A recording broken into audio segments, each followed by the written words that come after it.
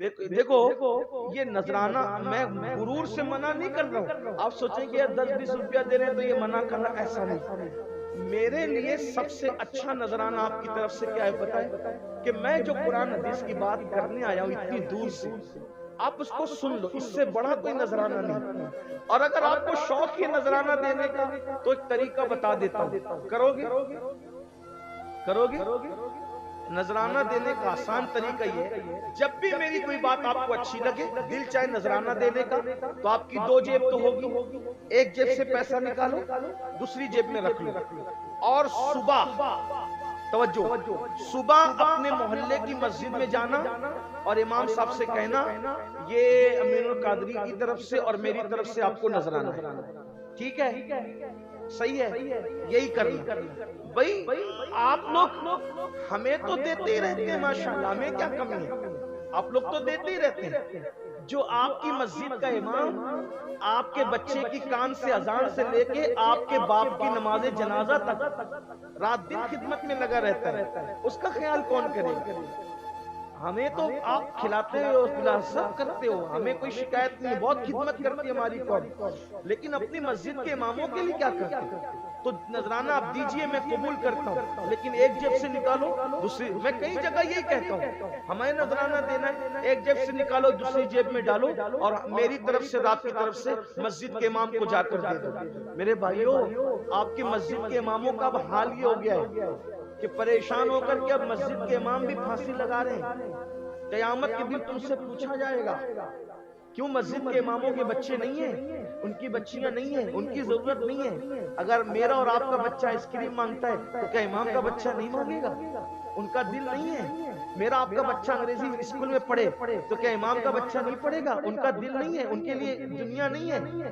آپ نے اپنے اماموں کے لیے اتنی دنیا تنگ کر رکھی ہے، پھر کہتا ہوں تو لوگوں کو تکلیف ہوتی ہے، بتائیے کہ اس کو کیوں بلاتے ہو؟ میں نے کہا ٹھیک ہے نہ بلاؤ، یہ آگے کچھ بھی بول جاتا ہے۔ میں کہ پوچھتا ہوں، آپ نعت خواں کو بلاتے ہو، مقرر کو بلاتے ہو، 50-50 ہزار نذرانہ دیتے ہو، اور وہ امام جو مہینہ بھر تمہاری مسجد میں 5 وقت کی نماز پڑھاتا ہے، تمہارا وقتی بن کر اللہ کی بارگاہ میں تمہارے آگے کھڑے رہتا ہے، اس کو 5,000 بھی کبھی دیا؟ ممبئی کے سیٹ لوگ آتے ہیں، بڑے بڑے جلسے کرتے ہیں، یہ سیٹ لوگ کبھی ممبئی کے امام لوگوں کو پوچھتے ہیں کہ تمہاری ضرورت کیا ہے؟ جو پوچھتے ہیں میں ان کو سلام کرتا ہوں، لیکن کبھی پوچھتے ہیں امام کو؟ تو آپ پھول کا ہار بھی نہیں ڈالتے، مقرر کو 50-50 پھول کا ہار ڈالتے ہو، امام جو 5 وقت کی نماز تمہارے محلے میں پڑھاتا ہے اس کو ایک پھول کا ہار نہیں ڈالتے ہو، کیا کر رہے ہو؟ میں انکار نہیں کر رہا ہوں، میری بات کا غلط مطلب مت دینا، تمہاری خدمت کا حقدار پہلے تمہاری مسجد کا امام ہے۔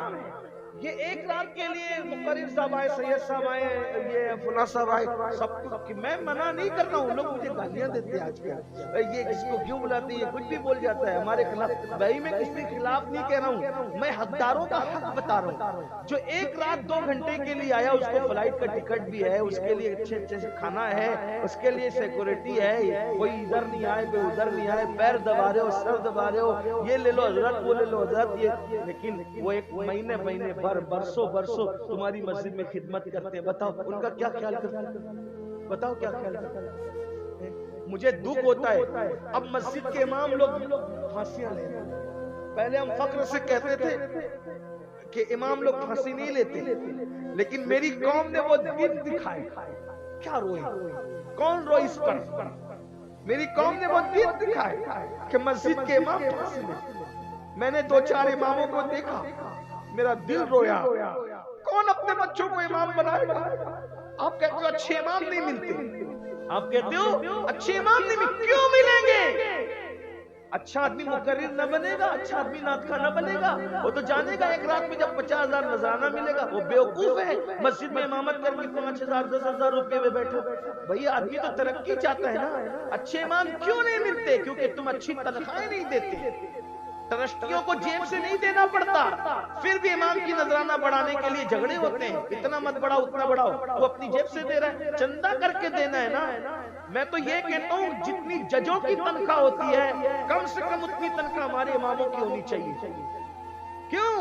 اللہ کی عدالت میں جو تمہارے آگے کھڑے ہو رہا ہے اس کو 25,000 30,000 وہی چندہ ہی کر کے دینا ہے نا۔ جب مسجد کے ٹرسٹی بنے ہو 2 گھنٹہ زیادہ محنت کرو، صرف نام کے لیے متولی بنے اور ٹرسٹی بنے، اور شوق تو سب کو ہوتا ہے ٹرسٹی بننے کا، محنت کیوں نہیں کرتے؟ چندہ کرو، کون سے مانگو، مانگ کے دو۔ اتنا اپنے اماموں کو مضبوط کر دو کہ تمہارے امام کو کسی طرف دیکھنے کی ضرورت نہ پڑے۔ جب تک تمہارے امام مضبوط نہیں ہوں گے تمہارا کوئی معاملہ مضبوط نہیں ہوگا۔ یہ بات بری لگے تو معاف کرنا، لیکن اس کا خیال کرنا۔